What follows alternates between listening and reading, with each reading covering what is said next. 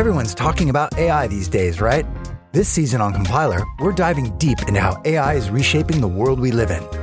Join us for a new season of Compiler, an original podcast from Red Hat.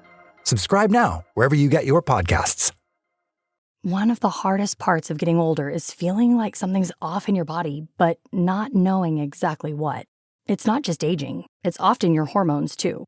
When they fall out of balance, everything feels off. But here's the good news. This doesn't have to be the story of your next chapter. Hormone Harmony by Happy Mammoth is an herbal formula made with science-backed ingredients designed to fine-tune your hormones by balancing estrogen, testosterone, progesterone, and even stress hormones like cortisol. It helps with common issues such as hot flashes, poor sleep, low energy, bloating, and more. With over 40,000 reviews and a bottle sold every 24 seconds, the results speak for themselves. A survey found 86% of women lost weight, 77% saw an improved mood, and 100% felt like themselves again. Start your next chapter feeling balanced and in control. For a limited time, get 15% off your entire first order at happymammoth.com with code NEXTCHAPTER at checkout. Visit happymammoth.com today and get your old self back naturally. This is episode 372 of Wheel Bearings. I'm Sam Abul-Samad from Guidehouse Insights. And I'm the only one here.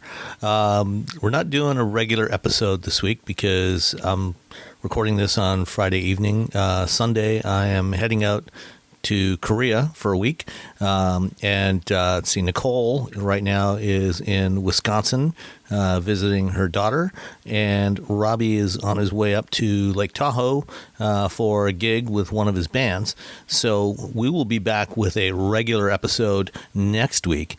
But in the meantime, I did go to Nashville this week to see the unveiling of the new 2025 Nissan Murano at Nissan's headquarters. We also had a session afterwards where several Nissan executives shared some of the stuff that Nissan's doing, starting with I'm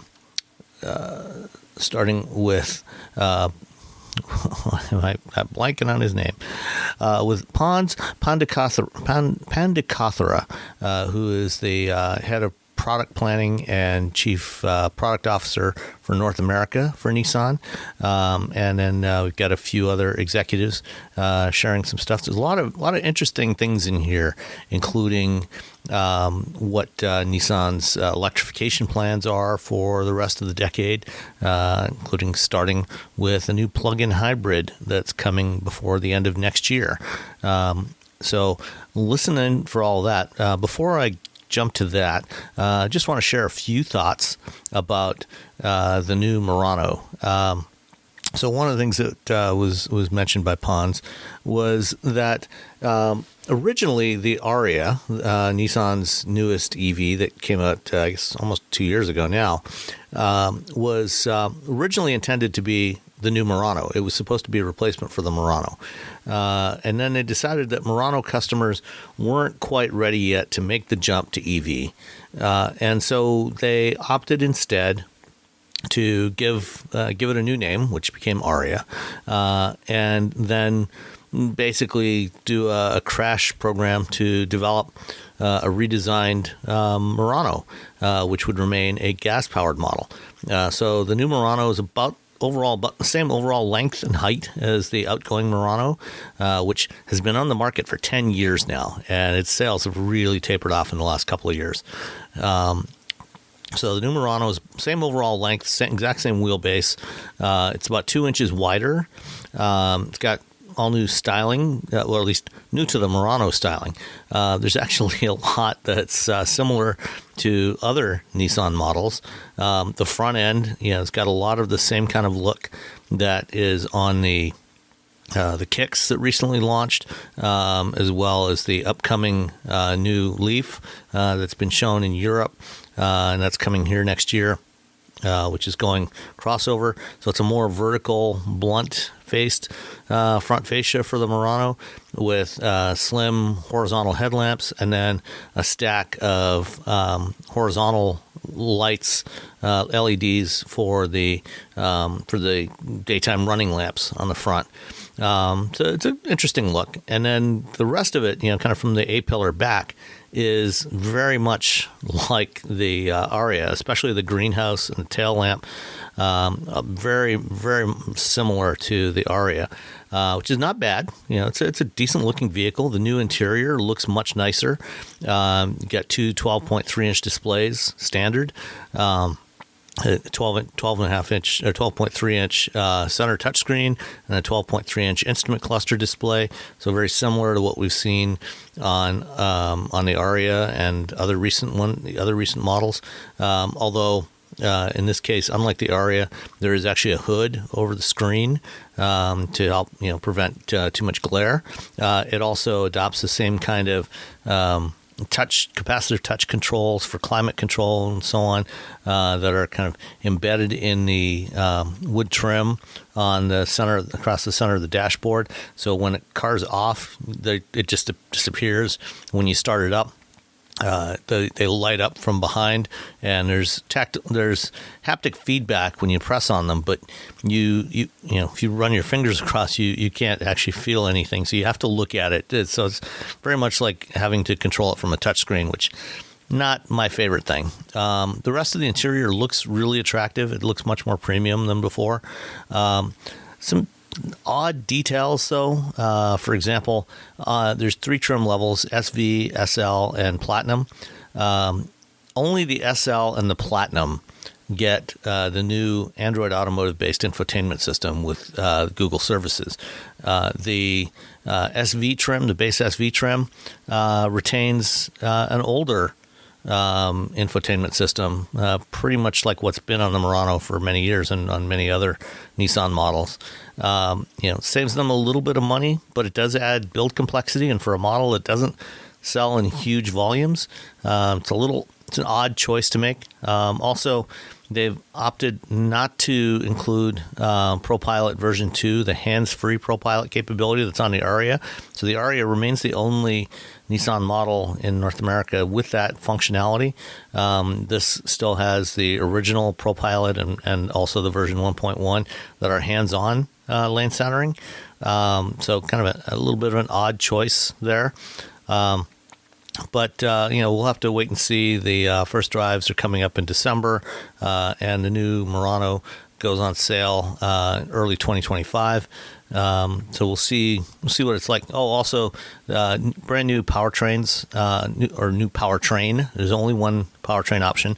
The VQ V6 and the CVT are gone, and the CVT is slowly disappearing, at least from Nissan's more premium models. So this one gets the same 2-liter variable compression turbo 4-cylinder that we find in the Infiniti QX50 and 55 and the Nissan Altima. It's now in here with 241 horsepower, 260 foot-pounds of torque. So a little bit less power than the V6, but more torque than the V6. And it's a decent engine. We've always liked it in the other vehicles that it's in. And it's paired with the same 9-speed automatic transmission that's used in the Pathfinder. So we'll have more to share about the Murano in the future in the next couple of months.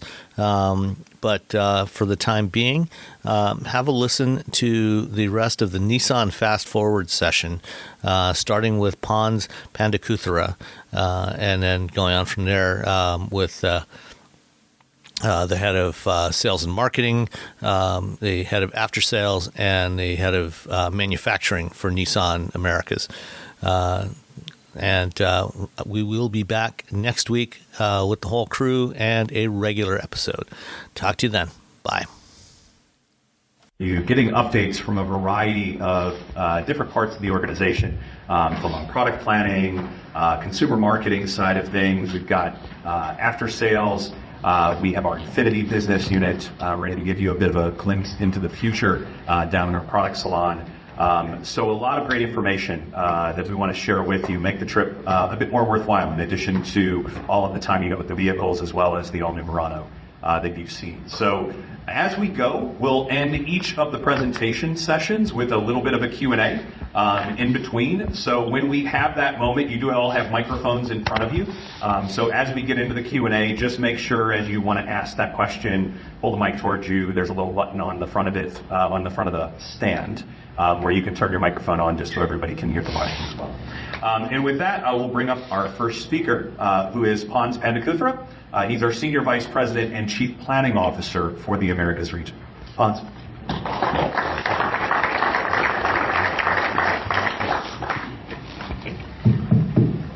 And then, like I said, let's start and we're here if I can. Morning, everyone. Thank you for coming in. So before we get started, just a quick, this theme comes up, this theme comes down, this kind of in the middle. Thoughts on the Murano? Is it all up? No doubts? Excellent. I think you're true. Okay, thank you. So a lot of what you're going to see now, and that was one car, but there's a whole portfolio ahead of us, and just like to give you a little bit of a sneak peek into it and open up with some questions. So I love this picture, so the big Armada, and you'll get more time in that car soon, and you'll get to see what that is. The portfolio is changing quite dramatically, and you'll see a certain design language, you'll see a certain level of product execution consistently now in every one of the products, and I'd love to get your feedback on them as well. So what do we have right now? The QX80 that's on sale. That's the autographed top-of-the-line version that you see on your left, kind of redefining what that high-end luxury SUV is. The very accessible and funky and fun kicks also on sale right now. The new Armada goes on sale in December, and January, the Murano that we just unveiled will be at dealerships. Now, all of these vehicles are well-established nameplates in our lineup. They're vehicles that were kind of dated and have been replaced by vehicles that were dramatically different and improved over their previous others. And that's a theme that you'll start seeing through all of the kind of replacements. So what do these vehicles really do for us? They cover different customer segments. I prefer to talk about customer segments rather than the A, B, C, D stuff that we typically get. It's us talking to ourselves in the industry. So at the accessible end, bridging the entry into the SUV lineup before the Rogue, we've got a great value proposition with the Kicks. It's a huge departure from the previous generations. A lot of great technology and a lot of design. It comes with an all-wheel drive system that was really quite demanded on this segment, allows us to cover the Northeast region of the market. We've got the luxury flagship and the Armada. They're based off of the same platforms. They share a powertrain. But there's a lot of difference in the execution of the two vehicles, one becoming the absolute luxury, the luxury flagship with Infinity, and then you have key elements of capability on the Armada, a more accessible price point, and the Pro 4X edition, and we'll talk a little bit more about in the future, that really differentiates the two vehicles. And the Murano comes with an unexpected level of refinement. You've seen that now that you've seen on the inside of the vehicle. It has a downsized four-cylinder turbocharged engine. It's very agile, very responsive powertrain. And we had a pretty dated car that this comes in and really sets the bar very high in that same section, especially with the level of interior refinement. Now, there's another white space overall that we've been quite successful with. There's people who like these same vehicles, but they wanted to have a more a sense of adventure, a sense of adventure statement really in the vehicle. It's not like they're cramming longer and going heavy off-roading. There's different vehicles when they do that, but they do want this adventure capability element in their vehicle. We introduced the Rock Creek version with the Pathfinder, so there will be now a Rogue Rock Creek edition. The refreshed new Frontier will get a Pro 4X version, so is building on the success of the current Pro 4X. And the all-new Armada will come with the Pro 4X. This has the air suspension. It has a locking differential, true off-road capability that changed the position of the Armada from the suburban take the kids to a soccer game vehicle. It's something that you can actually take off-road, go on camping, hunting, mountain biking trips. So what does this really do for us? It addresses a part of customer demand that we weren't addressing before. It does a lot for our brand opinion when you have these specialty off-road versions, rugged versions.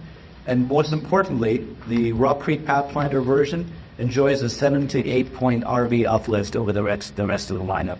So we see that the demand for those vehicles in the used car market is very high, and it does gives us a very solid RV uplift. So going forward, 78% of our passenger model lineup for the U.S. and Canadian markets will be refreshed. And that's just in the next 2 years. And that's really a comprehensive overhaul. It's not just replacing old vehicle with new vehicle. We're changing powertrain, the electrified powertrain. We're heavily changing the level of execution on the inside. So next year we'll unveil an all-new EV that'll replace the Nissan Leaf. You've seen the chill-out concept car that you've shown, so it's very close to what that vehicle is in terms of execution. I'm looking forward to hosting you all in a scenario like this where you see that car. Just lots of very, very cool things in that, and it gets into that much more accessible price point that we're struggling with, we say, as in the industry as a whole, is struggling to deliver EVs, and I think we're going to solve that problem. Next, we will launch our first plug-in hybrids for the North American market, both for the U.S. and Canada. That will come to market tomorrow. Busy week. Because I'm sitting next to our marketing and sales SVP, and then he just jazzed me constantly. Eat it at the market tomorrow. Eat it tomorrow. But next year, you'll see that in a row. We will have a plug-in hybrid powertrain available in the Nissan Rogue. And in 26, we will introduce e-power technology, again, both into the U.S. and Canadian market. We do have e-power technology on sale in Japan. We have it at the Qashqai in Europe. We have it in the X-Trail, which is the Rogue in Europe. It's a proven powertrain for us now. It's not an experiment. We know it's testable. Customers like it. Fuel economy is very good. Drivability is excellent. And we will be bringing that into the U.S. and Canadian marketplace. So between 24 and 26, globally, we will be introducing 16 new electrified models. And that's no small task. You all know this. You're the veterans of the industry. You know the capital expense that it takes to introduce those vehicles. So it's a serious commitment towards electrification. In 26, we will introduce this next generation of lithium-ion batteries. There's still the nickel, cobalt, manganese technology. It's not solid state just yet. But there's a 25% drop in your charge time, a 25% increase in the energy density, which means better range, lower carbon. In 27, we expand our efforts in the EV ecosystem. When we first launched Lease, there was a vehicle-to-grid technology with Shadow Mill. We were the first ones in. We will have bi-directional charging, V2X, and energy storage, and you'll see a lot more news coming into that area.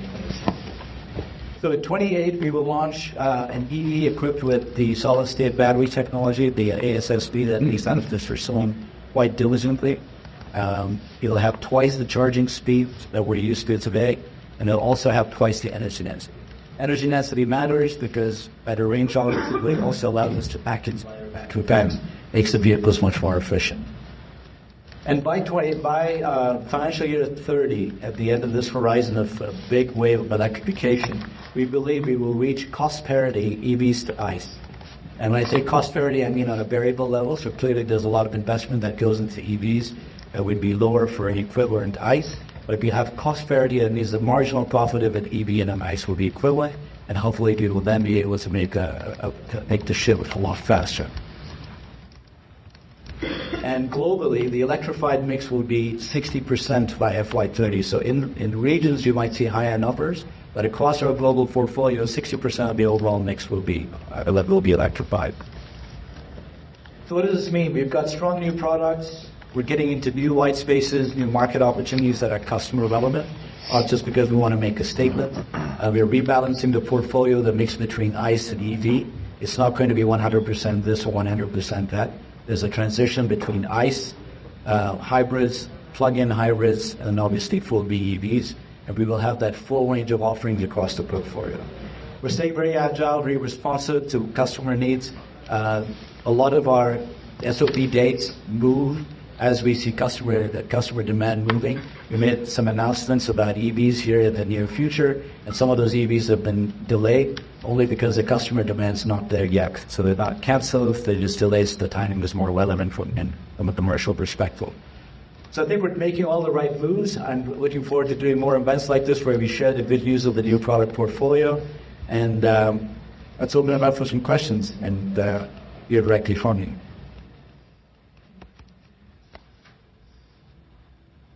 No questions means you're all sweet and package. Please. So, the sun, just press the real button that's on it, and just turn away. Here we go. All right, thank you. So The current Murano has been in the market for 10 years. Why wait so long in a segment that has been white hot for years? So what took so long? And then also, are you expecting your audience to change from the current Murano to the new Murano? Very fair question. So we've had 1.1 million Murano customers at the car parts. A little over 1.1 million. Been very successful, and quite frankly, I think we defined that crossover segment with Murano, making a very specific design statement. So the honest answer for the 10-year life cycle is early in the planning stages of the replacement for Murano, there was a different powertrain plan in place. There was time wasted to discuss what that powertrain was. And then through the investigation, one of the things we realized is the customer we're going after with the Murano is not ready for a high level of electrification. Certainly not ready. I think when you and I spoke outside, we talked about when the Aria was launched, it was originally supposed to be the new Murano. We decided not to do that because we wanted to make a statement that this is Nissan's all-new EV, a brand new nameplate, and make a different statement in the marketplace. So, and then Murano is still selling quite well, and the data we have on those Murano customers is that they're not likely to switch into an EV just yet. So there's a core customer demographic that's looking for, a very stylish crossover style, and the external form-over function has been a big driver of Murano customers. We've got data on 1.1 million customers, so we really know who they are and what they want. And this vehicle, I think, answers all of those questions. So the delay is really because of some of that powertrain hesitation. How are you getting to focus Murano just being in, light support mode towards the end? And now we've redefined that entirely. So they do care about design. One of the key elements in this new Murano is the ratio from height to width. The ratio is actually 0.85. And it's the same ratio that luxury vehicles like the Porsche Cayenne have the similar ratio. A Maserati SUV will have the similar ratio. So it gives a certain design compression that those customers value very much. So we think the customers who go after that, to answer the second part of your question, the ones who are driven by design and appeal will go for it. Look at the interior of the vehicle. It has a lot of the elements that Aria does. It looks almost like an EV on the inside. It's almost tough to believe that it's a traditional internal combustion engine. So those are the key elements that'll drive them. We also don't think it'll be a typical crossover shopper. There's a lot of people who maybe have had Rogues and who step up. There's people who've had bigger SUVs when they had families and had kids in the house and they want a downsized vehicle. I think we'll appeal to them with the Yvonne.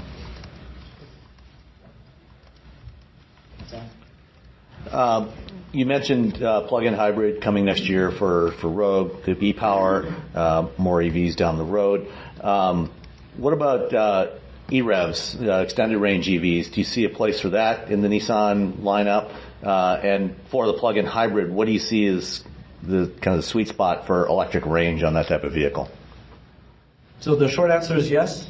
So basically, e-Power is a series hybrid. What's the benefit of a series hybrid is the primary drivetrain is electric.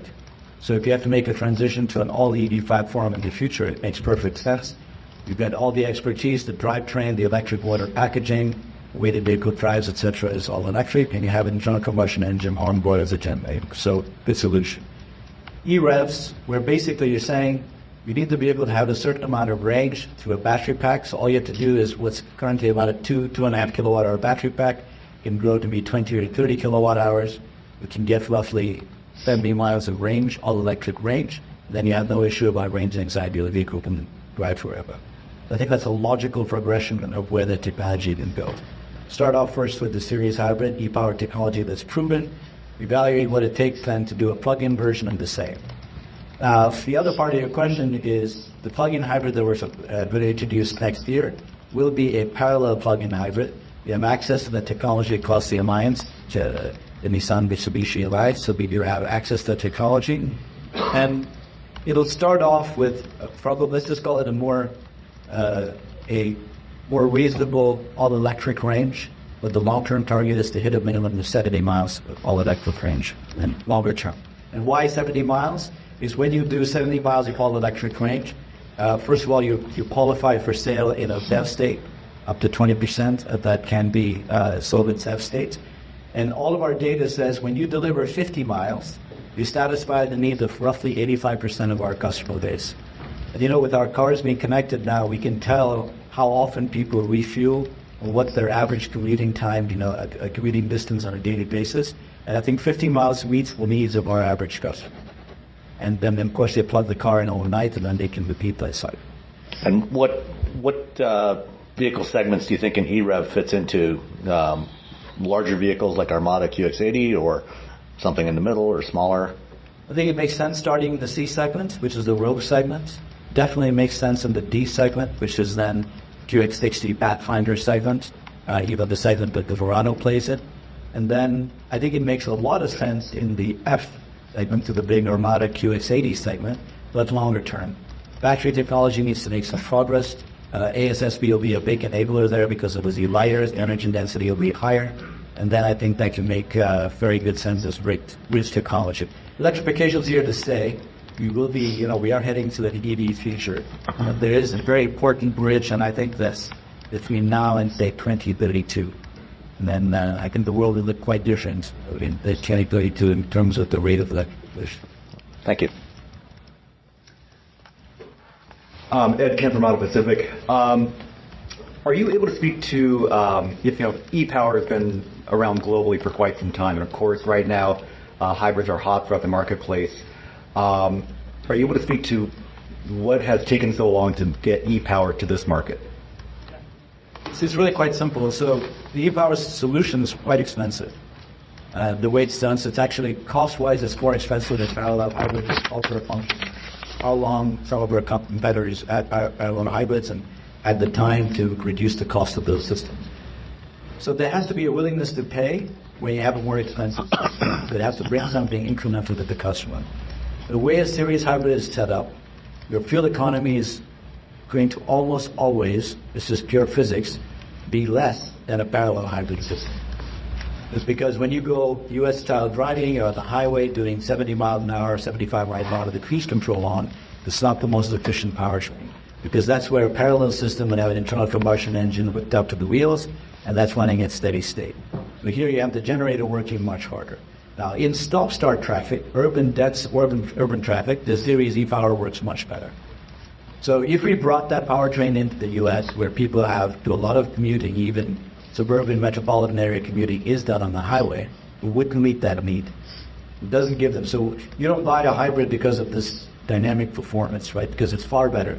Dynamically, our series hybrid e-power is much better than a parallel hybrid. You don't have that CVT whine, you don't have that rubber band feel, any of that. Well, why do you buy a hybrid? You buy a hybrid because the fuel economy needs to be better.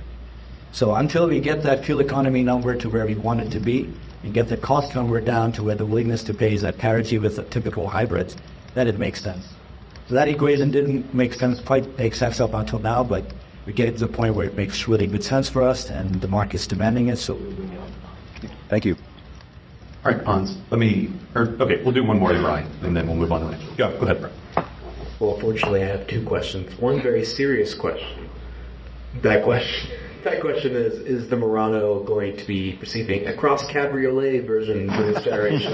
Because we really want it. Seriously asking that question, Brian, that's totally mean. That's not even a fair question. The real question is that the Rogue getting the plug-in hybrid powertrain. Well, should we expect that to be current generation Rogue or because I know it's already been refreshed, not that old of a generation, the current generation, 2021? Would that be part of the current generation or a sort of a refresh or redesign getting that plug-in hybrid? I think we shouldn't share that information just so Brian comes to that estimate where we can show him what that is. It's coming next year. So it probably will be current. The current Rogue is not ready to be replaced by next year. So it will be a Rogue. I'll just stop at that and we have to attend that event. Thank you very much.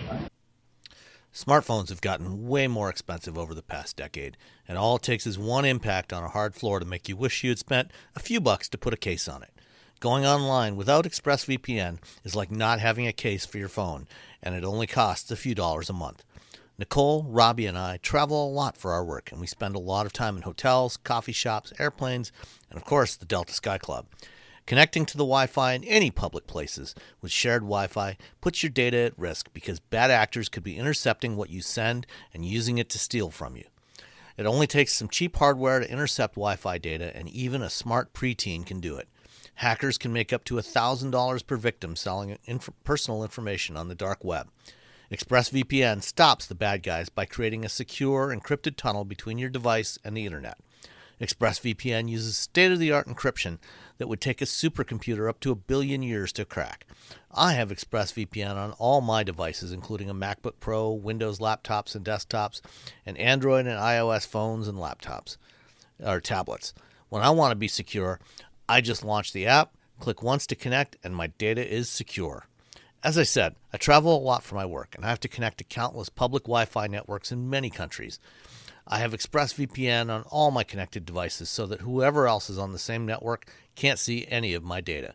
That's important because I often have to check banks, credit card accounts, and transmit client data that might be sensitive, as well as filing articles on news that might be under embargo. ExpressVPN protects all of it, and I've been paying for my own account for years. Secure your online data today by visiting expressvpn.com/wheelbearings. That's expressvpn.com/wheelbearings, and you can get an extra 4 months for free. expressvpn.com/wheelbearings. Between client meetings, managing your business, and everyday tasks, who has time to worry about website hosting? With Kinsta's managed WordPress hosting, you don't have to. They handle the technical stuff, delivering lightning-fast load times, enterprise-grade security, and 24/7 365 human-only support. Simply switching to Kinsta could make your site up to 200% faster.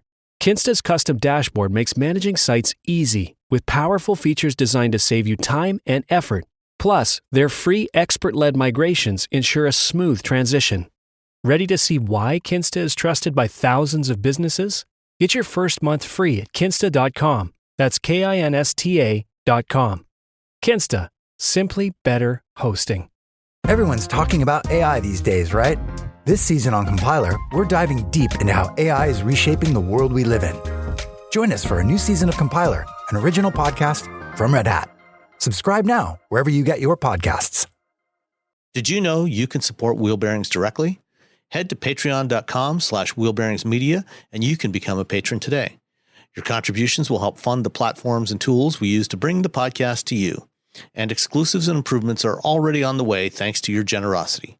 So if you want to be part of an automotive podcast like no other, head to patreon.com/wheelbearingsmedia.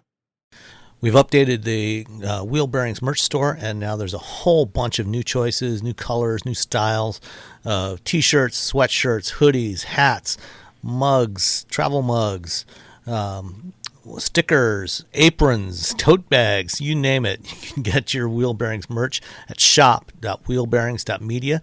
Go check it out. That's shop.wheelbearings.media. Ponz like the smile, nod, wink. All right, thanks, Ponz. Thanks very much. I believe next I am bringing up Vinay Shahani, who you heard from earlier, to talk a bit more about customer experience, our brands. Thank you, Brian. Good morning, everyone. It's good to see you all. There's one thing I learned from Ponz's presentation. I have to start with this, is that he's listening to me. Because I did tell him I want the hybrids tomorrow, and I heard him say tomorrow. So you're all my witness. No, I'm just kidding. Look, quick introduction, Vinay Shahani. I'm a Nissan retread. I spent 10 years of my career here. I left for 10 years and I came back in late January of this year. So great to be back. What I'd like to spend a little bit of time talking about today is the customer journey and the investments and the enhancements we're making to make it easier for our customers to learn about Nissan and, more importantly, become a Nissan customer, as well as really enhancing that overall journey throughout the life cycle of being a Nissan customer. I know you all know this.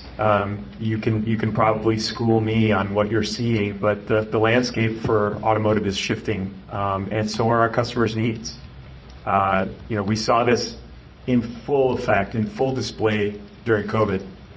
Customers demanded a different way to interact with brands and learn about the product and buy cars. And then you throw in those changes with things like affordability being a big issue today, with inflation being where it is, interest rates being where they are, although they're coming down They're still not where they were, a few years ago.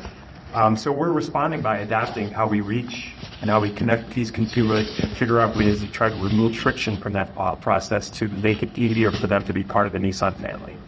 So I'm going to talk a little bit about some of the ways that we're doing that, in meaningful ways and making ownership more accessible. I'll start with the obvious one. As I mentioned before, with inflation, thinking back 10 years ago, the average customer transaction price for a vehicle in the United States was around $31,000. And today that number is roughly $47,000. So we've seen a lot of change, and we've seen, third-party data show that there's been a 70% drop in listings of new vehicles priced under $30,000 since 2019. So rising costs, affordable pricing is more than ever before. Hence, Nissan's 630 campaign, which we launched earlier this year.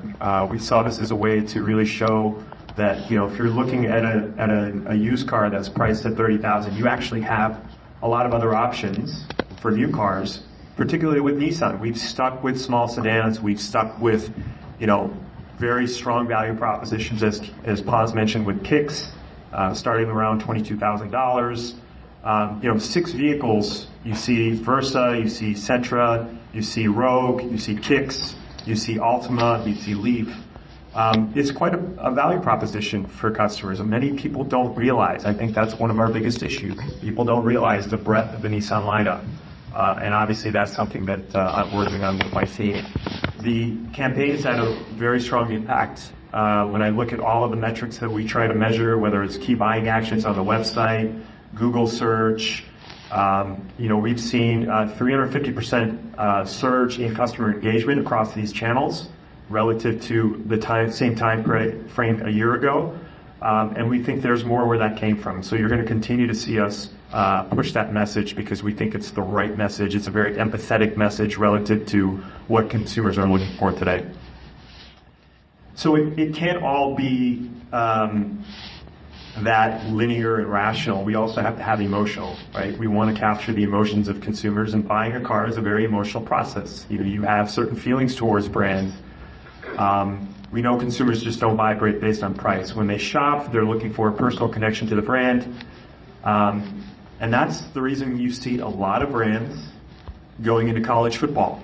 It's a very crowded space. 160 million viewers tune in. Roughly almost 40% are in that 18 to 34 age range, which is a very critical age range to try to invite people to be part of the family. And let's be honest, you probably all have your favorite college team. Mine's the Wolverines. We all have this immense sense of pride when we see our team and one of the players on our team up for a Heisman Award. So this is something that, look, we've tapped into this. I think it's 19 years partnering with the Heisman Trophy. And we're in the 14th season of the Heisman House campaign. I was a very junior person in the company, having worked on this campaign many, many years ago, 14 years ago. So it's great that it's survived. It's great that it's evolved. I would say the partnership is as strong as it's ever been. We tried to be very relevant with it. So, when you heard earlier this year, Reggie Bush's Heisman Award was reinstated. We had some fun with it in the campaign, so you've probably seen the spot where Reggie breaks out of the cryo chamber, and he's been gone for a number of years. He says, "What's new? What's new is the new kicks." And we show it to him. So we see a high level of engagement with that. The partnership is strong with EA Sports College Football 25. We try to prominently feature the car as a star as well as the Heisman winner. So it's not just about the person who won the award, but it's also about really showing off the car, because ultimately that's what we want to do. We want to sell cars. But this is a great way for us to carve out our own fine red line throughout that very crowded space of college football and create something that's very ownable and very credible, which it's been for many years. Here's another one that I've been really, really, really pushing since I've been back. I don't feel like we do enough with our sports car, the Nissan. I say sports car because we just sunsetted the GTR. Hopefully Ponz will bring it back, so make sure you put some pressure on him to bring it back sooner rather than later. But look, I think we're entering our 55th year of the existence of the Nissan Z. That's quite a legacy. And I think when you think about what this vehicle offers to the lineup is a level of excitement and performance credibility that, I want to sprinkle in on everything we're doing. The DNA with the Z is the same DNA that runs through the rest of the family. You may not know this, but the last couple of years, we've had 3 teams racing in the Pirelli GT4 America Series. I think it's a big deal. A big enough deal where I felt like even on our brand channel on Instagram and Facebook that we weren't talking enough about it. And we've sort of tried to marry those two together to really try to engage performance enthusiasts, to educate them on the lineup, but just create some excitement for the brand. And then also leveraging some of our brand ambassador partners like Amelia Hartford. I don't know if you follow her on Instagram. She's got millions of followers, and anytime we show some of the work that we're doing with her, she's very passionate about the Z. She's actually taking a GTR engine and putting it in a Z car. Ponz, your eyes are bugging out because you probably didn't know about that, so that'll be really fun. It'll actually be a 2,000 horsepower Z, with the power plant being the base engine from a GTR, obviously modified. But this is a way for us to, again, move away from the rational and move into the emotional and create some connection with the consumer. And so far the engagement for these types of things has been very, very strong, and we're going to continue to push that. So let's talk a little bit about the digital customer journey. And again, going back to a few years, feels like an eternity ago, but COVID was just a few years ago, and we saw the prevalence of digital retailing tools really spike. I was on the outside looking in. I think Nissan was one of the first movers to create Nissan at Home, which is our friction-free purchase experience. It's ranked among the best digital retailing solutions by independent parties. 30% of the customers who start the buy at home process actually end up going all the way through and purchasing a vehicle. We have a strong level of network adoption, so between 60 to 70% of the network is currently leveraging the tool today. Over 50,000 vehicles have been sold with Nissan at Home, and over 200,000 customers have used the platform. And we're just getting started. We're speeding up our tech investment to really try to look for ways, based on what we're seeing consumers doing on Nissan at Home, to really figure out, okay, what do we need to do to optimize that and really make it a friction-free process to go from learning about the lineup to buying the car. And really, this is all about meeting the customer where they are. Not everybody's going to want to go full speed through that journey. There's certain elements of the experience that they want to have. Some people want to go into the dealership and kick the tires. They would never think about buying a car from their couch. So the bottom line is, we know as a brand we have to be ready to meet all of those needs. So there's certain benefits that come along with it. Buying a car takes a lot less time. The F&I process is 30% shorter when you go through buy at home. So anyway, we're going to continue to innovate and customize, but we think this is the right investment. Obviously, we're leveraging this for our luxury sister brand with Infinity. 93% of the network have embraced Infinity now. This is a very similar digital retailing tool. 31% of our digital sales were generated from Infinity now. Infinity was recognized as the #1 brand in the industry in Pied Piper's online customer journey survey. So that was really great to see. But the benefits of these platforms speak for themselves, but we know it just doesn't end there. We know that there's more that we can do. Taking that a step further to the integration of digital retailing tools in-house in our dealerships. Another great example of an investment we've made in terms of making the process a little bit more frictionless is the NCAR platform. This is a mobile sales tool. It's tablet-based. It's really leveraged across the network. I think 90% of the network and sales consultants are using this technology today. Basically what this does is puts the sales consultant in the position where they have all the information about the product lineup, as you would expect, but more importantly, it makes it much easier for the sales consultant to help the guest set up their Nissan account and start their ownership experience right away. Activating their Nissan ID, creating their owner portal account, providing an easier way for them to download the My Nissan app these are all of the things that are readily available for the sales consultant on the NCAR platform. And ultimately, we know these upgrades make the ownership transition much easier, much smoother, and it helps Nissan customers leverage all the benefits of being part of the family sooner rather than later. Of course, just deciding to buy is just the beginning of the customer's experience with us. Our goal is to deliver and really try to exceed that smooth, rewarding ownership experience. So let's kind of shift gears and talk a little bit about, okay, once we get them into the family, what are we doing to make the experience even better? I mentioned the My Nissan app earlier. This is one of the foundational elements of our digital infrastructure for consumers. We launched it last year. We've had really, really strong engagement. Over 500,000 Nissan owners are actively using My Nissan app roughly 6 times per month. The app is going to continue to expand and add more features and functionality. I use it every day to control my Aria. As an example, I use it to turn on the air conditioning. I live in Dallas, Texas. It gets hot there. I can get the interior temperature set to where it needs to be. I can start and stop the charging. These are just some of the examples, but we're going to go into features that are aimed at helping customers figure out how to earn points based on the service that they have with Nissan dealerships. So creating more opportunity to earn points that can be used towards other opportunities like different partnership programs, certain limited time offers that are available to Nissan customers. So this rewards program, My Nissan Rewards, will be expanded and definitely leveraged throughout the My Nissan app experience. Looking again at our Infinity brand, the luxury brand for Nissan, again, this is even more important for us to leverage some of these tools and really deliver a first-class ownership experience.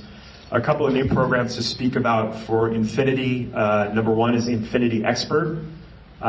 This is about having trained staff to support the education of all the different features. You think about the QX80, which is the primary vehicle that this program supports. I mean, when you get in this car and you see, the 24-inch screen and all the technology that's available, that's a lot of features to learn about. And you're under pressure during the sales process at the dealership. You just don't have the time to get into all of it. And most people want to buy their car, they want to get out of the store. So what this does is it gives them a chance to learn about the vehicle through a trained expert that will come to your house or your office or wherever you want to meet them 2 to 4 weeks after they purchase the vehicle. We started this on Aria because of the technology in the vehicle, and we carried it over to the luxury brand with Infinity, with the QX80, which is currently being launched as we speak. So really great experience so far. Customers are really delighted with this opportunity. It really gets them to the point where they understand all the great technology and feature set in these vehicles, which are just getting more and more technologically advanced. So that's one example. The other example is something that Craig Keys and his team have really been champions for, which is Infinity Exclusives. So let's say as a gift or a surprise and delight after purchasing a new QX80, Infinity Exclusives is a way for us to reward the new QX80 owners with a uniquely personalized program, to access to certain events, and think of it as a way to really make the guests feel like they're part of something special with the Infinity brand. Another example, you heard us talk about it today with Murano, and there have been some questions about Google built-in, but many of our new Nissan and Infinity vehicles are being outfitted with Google built-in. This is transforming the ownership experience. It's a new way of interacting with the vehicle to get information about anything you may want to learn about, whether it's navigating to a certain location, learning about specific features on the vehicle. One of the great upgrades this year is the new Digital Owner's Manual, offering text and voice search to the guests sitting in the vehicle. So no more bulky manuals where you have to go to the index and look up the topic and figure out, hey, am I calling it the right thing? This makes it much easier for the customer to really figure out, okay, how can I learn about this particular feature, or how can I learn about this particular icon on the dashboard? And I have no idea what that means. So it reduces our reliance on printed materials. It's a win-win for us and our customer. So that's one example. The other example is thinking about a kind of a mindset of a digital wallet inside the infotainment system. And I'll use an example of our Signature Flex lease program. Customers can view their available mileage left on the lease, and let's say they're getting close to the end of the lease and they need to buy some more miles, they'll be able to do it in vehicle through this platform. So first of its kind for Nissan, that'll be rolling out on the model year 24 and 25 Rogue, the model year 25 Armada, and the model year 25 Murano, which we just showed you today. But this adds another level of convenience, obviously fully integrated with our captive finance company, Nissan Motor Acceptance Corporation. But we think these are the types of things that we're going to continue to innovate and help make sure that that experience gets better and better when you're part of the Nissan and Infiniti family. The next feature I want to talk about is, again, leveraging the My Nissan app. And this is about the Nissan Energy Charge Network. We just announced that yesterday. This is a big win for those consumers who drive the Aria, and let's say they want to use their app to locate a charger. We have a fully integrated system that allows them to access chargers from partners like Electrify America, Shell, currently roughly 61,000 publicly accessible chargers that will be available to them. Later this year, we target to also integrate Tesla charging networks, so that expands the offering even more. But we think that this is a great way to leverage the My Nissan app to integrate the Nissan Energy Charge Network and really deliver more value to the customer. I mentioned the second delivery program on the QX80. That's another thing that we're going to leverage. I mentioned this earlier, but just in case you didn't catch it, we'll also have the second delivery program on the Aria as well. So again, these are great ways to enhance the My Nissan app to really deliver more for our consumers. And then finally, the last thing I want to talk about is a change that we made earlier this year. It was really championed by Kim Less, who leads aftersales for Nissan Americas. This is included maintenance and really delivering Nissan maintenance care for all new 25 model year vehicles. It started with Kicks and Rogue, and it'll expand to all the new model year 25s by early next year. But this is about enhancing the ownership experience from day one, providing that very critical free maintenance to the consumer, which obviously brings them back, and we have a better chance of retaining these customers in the future by having this program. So very happy to have Nissan Maintenance Care included on the new vehicle sales beginning in model year 25. So I went fast. I'm sorry about speaking so fast, but I think a few minutes to do some Q&A at this point. Not all at once. Yes, sir. So you mentioned the Z car. Yeah. Glad to hear it. But can you talk about the Z car? Maybe Ponz would want to address this as well. Where does it fit in the age of electrification? Should we all be open to the idea of a battery electric Z or a hybrid Z or a plug-in hybrid Z car? I'll let Ponz answer the second part of that question. In terms of where it fits in today, I think there's definitely a market for a gas-powered sports car that offers a manual transmission. Those are few and far between these days. We're seeing that dwindle. There's a hashtag, Save the Manuals. That's very prevalent on Instagram. I'm seeing some of you smile. I see that all the time. I think the fact that we still offer a sports car is a great thing about this brand. I mean, sports cars. Think about it from an OEM perspective. Ponz can go into more detail. Those things rarely pencil. I mean, it's a huge investment, and you look at the volume of you look at the segments. They're very small segments, but they are done from the perspective of really wanting to create a halo for the brand. This is our 55th year of having the Z, having that available in the lineup, and we're very proud of it. And we're proud of the fact that we have multiple models of the Z, whether it's the the Heritage Edition, the Nismo Edition. Again, as I mentioned, available manual transmission. It's a hugely emotional thing to have it as part of the Nissan lineup. So, I don't know, Ponz, you want to take the second part of that question? Just not to belabor the point, though, sports cars will remain. At least as long as I'm involved in product development, we will find a way to bring sports cars to the market.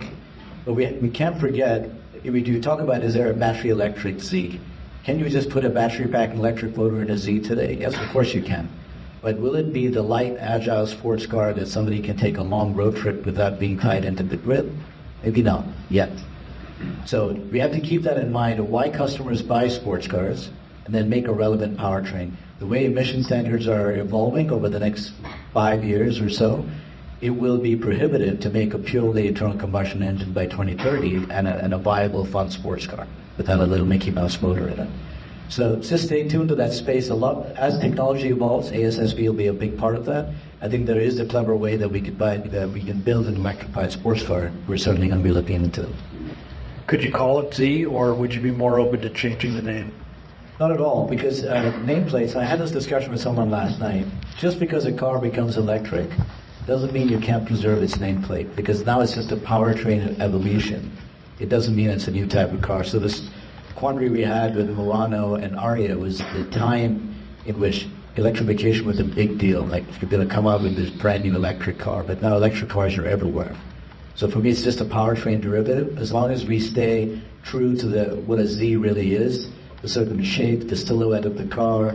It is a two-seater. It's got a dynamic performance that's incredible. It's lightweight. It can still be called a Z.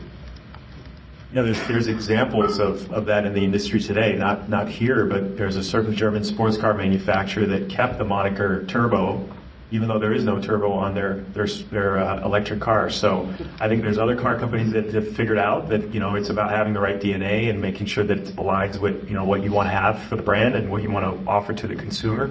But it's a great question, and I think many car companies are going to be contending with those questions in the near future.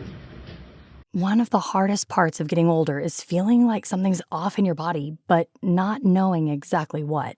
It's not just aging, it's often your hormones too. When they fall out of balance, everything feels off. But here's the good news. This doesn't have to be the story of your next chapter. Hormone Harmony by Happy Mammoth is an herbal formula made with science-backed ingredients designed to fine-tune your hormones by balancing estrogen, testosterone, progesterone, and even stress hormones like cortisol. It helps with common issues such as hot flashes, poor sleep, low energy, bloating, and more. With over 40,000 reviews and a bottle sold every 24 seconds, the results speak for themselves. A survey found 86% of women lost weight, 77% saw an improved mood, and 100% felt like themselves again. Start your next chapter feeling balanced and in control. For a limited time, get 15% off your entire first order at happymammoth.com with code NEXTCHAPTER at checkout. Visit happymammoth.com today and get your old self back naturally. All you homeowners have unique needs. Some feel the need to leave up holiday decorations year-round. Others have the need to use their garage as practice space for their new metal band. And because each homeowner has unique needs, Geico helps you get the right coverage for your home and what's in it. That way, you get exactly what's right for you, even if your needs are unique. Get more with Geico. All right. Do you want to keep us going? What? Said I do want to keep us going. Okay. So I'm going to bring him David. Okay, great. Thank you. Yeah, everyone. Thanks, Vinay. We'll talk a little bit more about the manufacturing side of the business. What I introduce David Johnson, who's our Senior Vice President in charge of all of our manufacturing, supply chain, purchasing, any number of things that David has responsibility for on a day-to-day basis. We do have the opportunity to go to Smyrna here this afternoon, but wanted to give you a little bit of a taste of what's going on in the future side of the manufacturing part, so brought David here today. David, take a look. All right, thank you. So I don't know if he cut you off because of my history of talking too much, but I had a challenge today from the council to keep it brief. But I'll tell you what. We've heard about product, we've heard about brand. Now we're going to dive into the really sexy side of the business, and that's building the actual product. And that is what I truly believe. That's where the real sexy stuff comes in, because we see a lot of advanced technology coming into the manufacturing space, We see a lot of challenges to overcome from a supply chain viewpoint, and we see a lot of evolution going on right now. So I'm going to go into a little bit of Nissan's approach. But just a little bit about myself. David Johnson, Regional Senior Vice President for Purchasing, Supply Chain, and Manufacturing. Easy way to think about that, if it gets bought, built, or moved within the region, I've got responsibility for it. So it's a great job because I get to work with fantastic people, which unfortunately I won't be there with you to experience the Smyrna plant this afternoon because I've got some other commitments, but you're going to see what I'm talking about when you're on the shop floor and you're interacting with those folks. Okay, so looking forward from FY24 to FY30 on our Monozukuri outlook. What does Monozukuri mean? That's just simply making things in Japan, or making things in Japanese. Really underpinned by three pillars: our electrification readiness within the plants, having resilient supply chains, and manufacturing optimization or cost control. First, let's think about how we're changing the way that Nissan is thinking about manufacturing and Monozukuri as a whole. We've operated under the Alliance production way, which was changed to the Nissan production way about 2 years ago, which was pretty much centered on just manufacturing. However, we're rethinking that now. We're expanding it out to where the Nissan production way is now covering more areas, all the way back through the supply chain and actually looking forward into the customer as well. What we expect to come out of this is reduced production time and more advanced technology adoption in the plants. And one of the key enablers that's shown on this slide to be able to do both of those is a reduction in parts diversity. And all of that, of course, culminates in more green production. The one thing that I want to really key in on this slide is that reduced parts diversity. That is key to the way that we're going to move forward. Right now, it takes about inside of our plants anywhere from 1,800 to 2,000 assembled parts to make a car. Total car has about 30,000 parts individually. To be able to have more efficient production, more automation capability and opportunities within the plant, you got to be able to simplify. You got to be able to commonize. And the analogy that I like to use, that just popped in my head one day when somebody asked me, said, I get the reduction in parts diversity and complexity and that, but like, how does that translate into manufacturing costs and efficiency in your plant?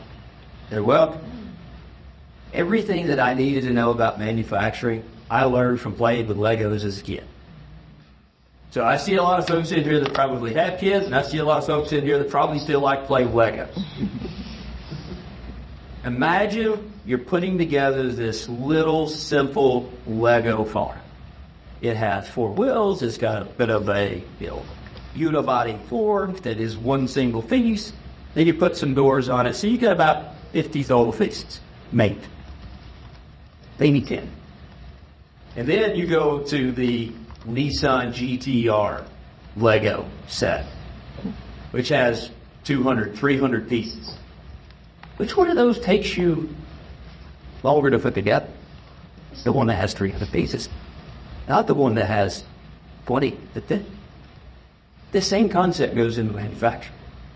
The less parts we have to assemble, the more common those parts are, the more we automate, and the less time it takes.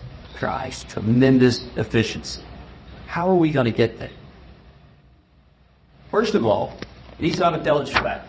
This was a concept that was deployed about 2 years ago in our Tochigi factory in Japan. It's coming here.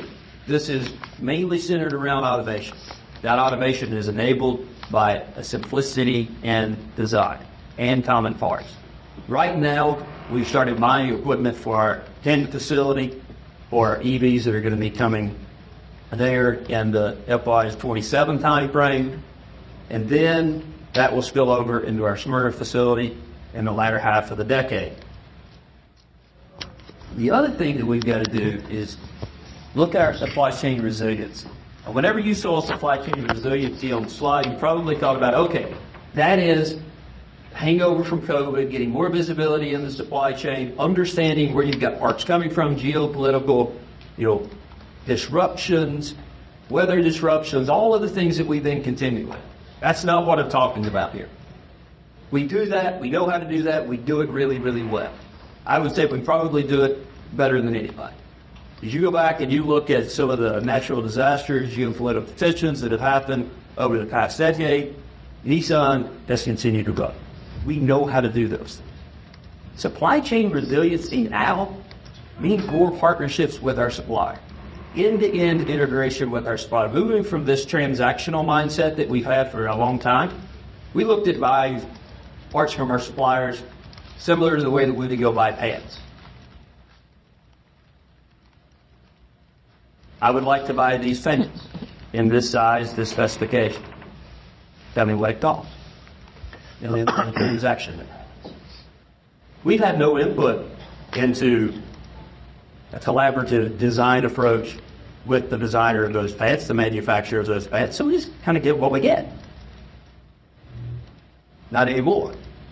We're bringing our suppliers in much earlier because we know that our suppliers have a diverse customer base. They have a body of knowledge that currently we're not tapping into. Pulling them in earlier in the design phases helps make the product more simple. It helps improve their manufacturing process. It allows them to more heavily automate. It allows them to access efficiencies that currently we can't through the transactional mode that we've been operating in. And ultimately, whenever we're all on the same page, all the way through product concept through design, that's going to yield more agility. That's going to yield an optimized cost. And ultimately, when we're playing to the stress of the OEM and the supply base together, that's going to give us resilience.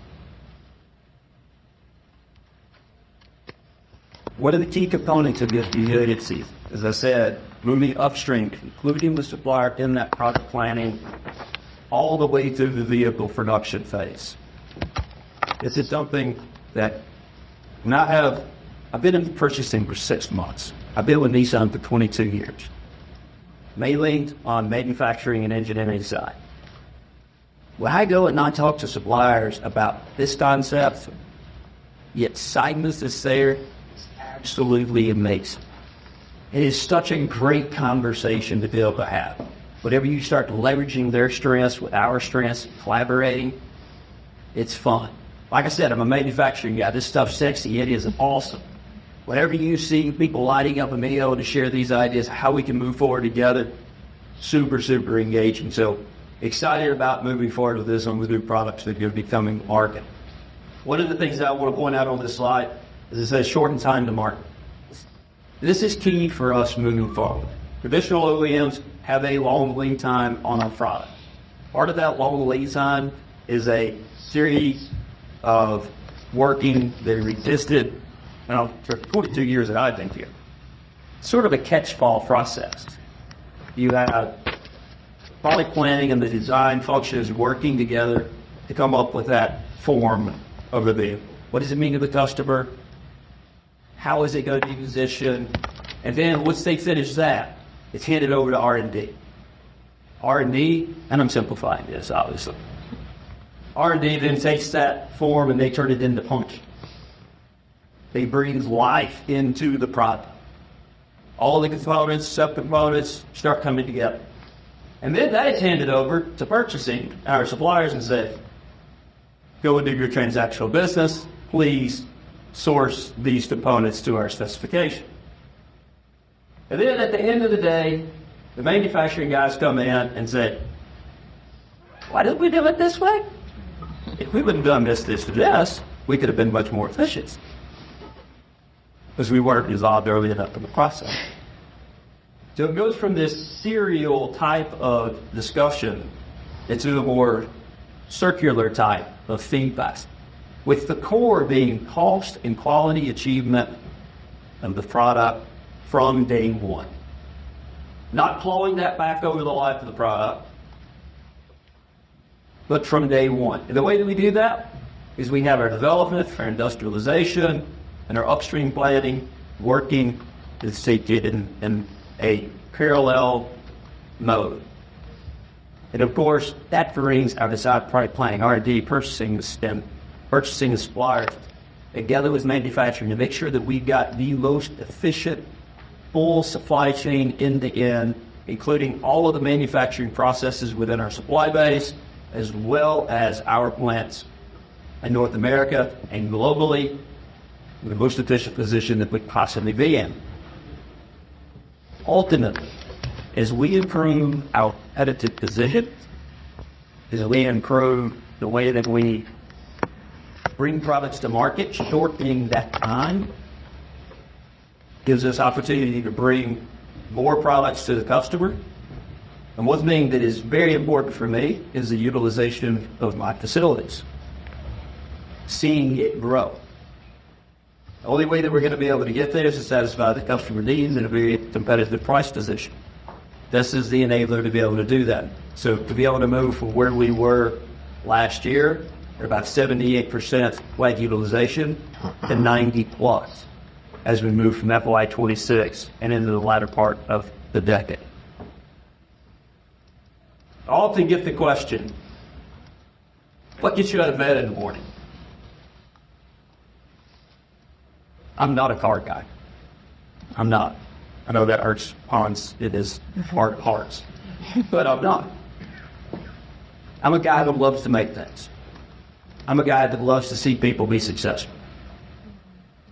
I get out of bed because of this. And that atrium out there this morning, there was a huge amount of people standing over on, if you're looking stage out, over on the left-hand side. That's part of the Smyrna team, is a Deckard team that builds the powertrain that you'll be able to meet today. I get out of bed to help these people be successful. So everything that I talked about up to this point is about helping these people that work in our plants every day build the best cars in the most efficient way to satisfy our customers. Everything runs through them. So it's about investing in our people. But we do that through our products and our production processes. But whenever you see this come together, this complex vehicle of 30,000 parts today, reducing down, becoming more efficient all the way through the supply base, man, it's a beautiful thing to watch. It is absolutely fantastic. And that is what drives. And that's the reason that we're pushing for the transformation actions that I just outlined. And just a little side note, we just had a supplier conference in Nashville about 2.5 weeks ago now. We're giving out awards for efficiency, quality, service, those types of things. And it's a little bit unique this year, because as we bring up the recipients of the award, usually there's 2 or 3 people come up and receive. There's actually a picture behind of the teams. Man, it really resonated with me. As maybe you can look at Nissan, 700 suppliers, not just 4,000 to 5,000 people that we have in our plants. It's hundreds of thousands of people doing their part. And everything that we can do to make that more efficient, to make their jobs better, to make their lives better, man, it's a fantastic. And I think that's my last slide. The next one says Q&A. I will flip to it, but that's at the pointer down over there. That's probably, see, that's a good thumb star right there. Yes, sir. So it sounds like this end-to-end supplier integration thing is relatively new, and I'm wondering how much, if any, of that was utilized in the development process of the new Murano, and then you also talked a lot about parts commonization, having fewer combinations, and that enabling more automation. If you haven't been able to incorporate the more automation as a result of that, how much benefit do you get from the commonization? That's a great question. Going to the first part, Murano, not enough. Whenever the Murano was being developed, the concept actually didn't exist. The Murano went through the traditional development process that I outlined. It wasn't this virtuous circle of everyone communicating. Now, a concept came up as we were going into what we call PC Life, which is a prototype lot that happens in Japan. So there was a lot of manufacturing folks with a lot of R&D folks that were starting to work with suppliers. We had suppliers coming in, looking at our opportunities for optimization, and mainly around the quality development side, because the design was already set. Now, as we look at our EVs that are going to come into the Canton facility in 2027, those are the first ones that completely integrate that new concept that I laid out. Now, to your point of the enablement of automation, it is a trick box that is very difficult to navigate. Because if you've got a vehicle that says, hey, I can take this automation, but you're running another vehicle right beside it that says, nope, can't do that because of my high complexity or the different parts that I use, it's hard.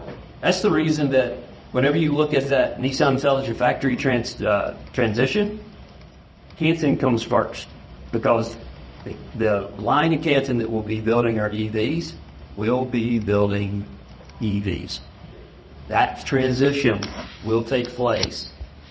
Common parts, the family sourcing, all of that will be integrated into that line. As we move forward and the vehicles mature and come in with this development process in Smyrna, that's when the intelligent factory concepts will come in there. Now, anything that we can pull ahead, we will pull ahead. That's the reason that actually today there are Nissan Intelligent Factory elements that are being incorporated into the Canton plant. Because there are some that we can use on current production.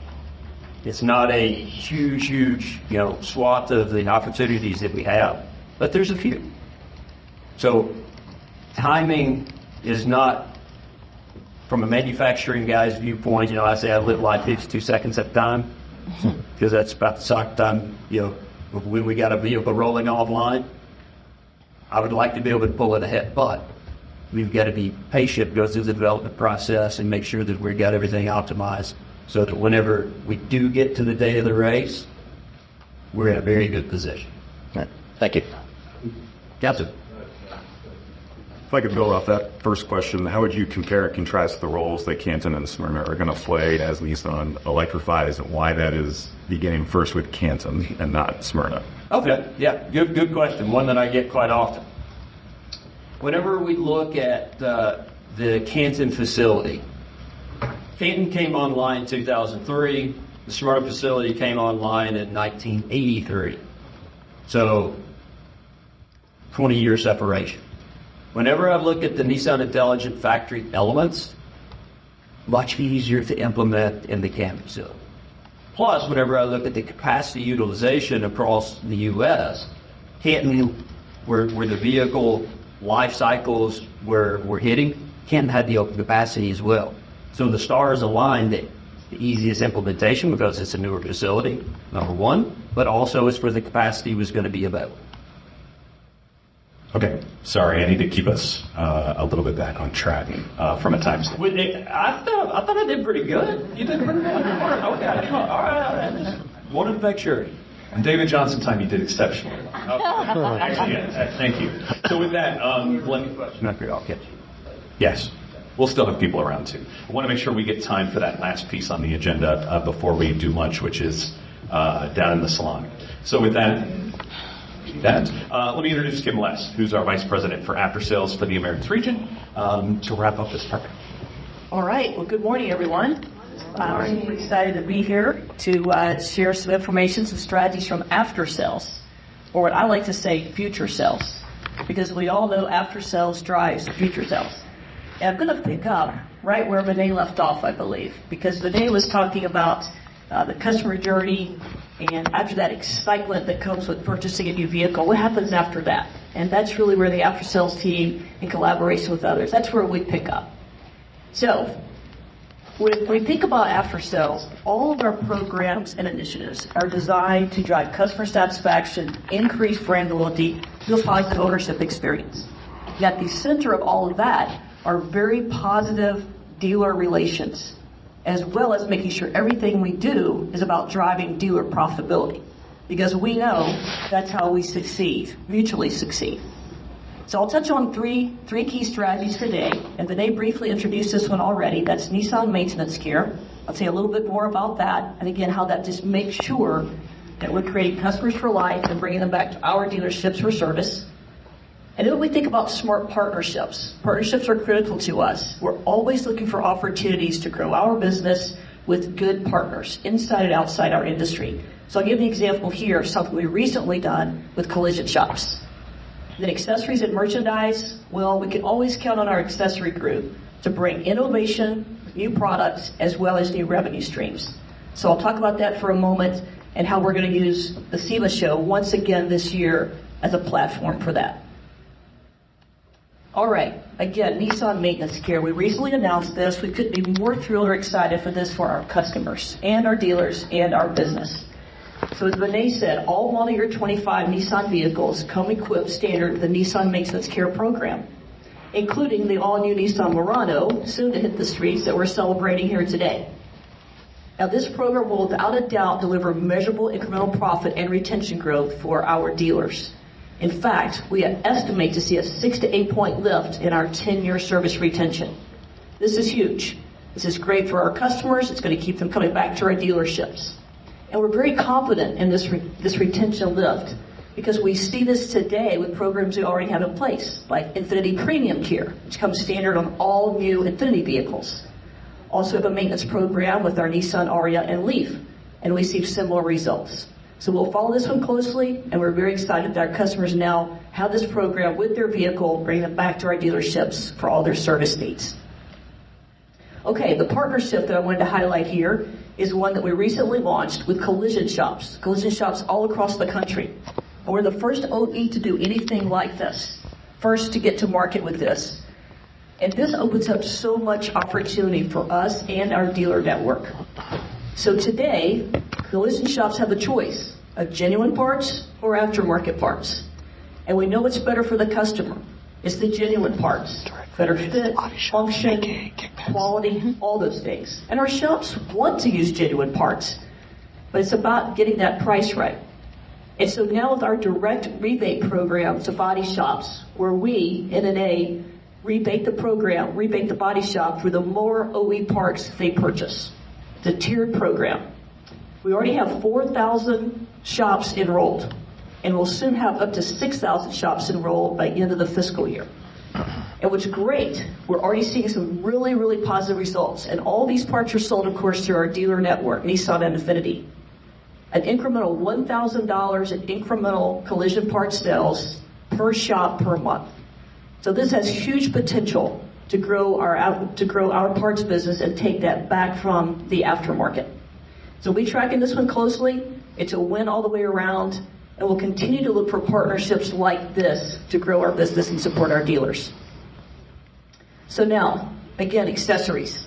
The SEMA show is coming up quickly, and SEMA has really been an event for our team for many years as an opportunity to showcase and highlight new innovative accessories and parts, including our Nismo brand. And Nismo brand continues to grow in popularity. We've seen tremendous growth over the past several years. We also use SEMA really as a launch pad for new innovation, personalization, customization that we bring on builds every year at that show. And in fact, we get so much customer feedback and sentiment after the show and just afterwards that it really fuels our product development plan for accessories. A great example is last year's SEMA show. Many of you were there, I know. And we had the Chris Forsberg-inspired Frontier project, and he was on hand to talk about his experience with the Frontier and recently had raced it down in Mexico.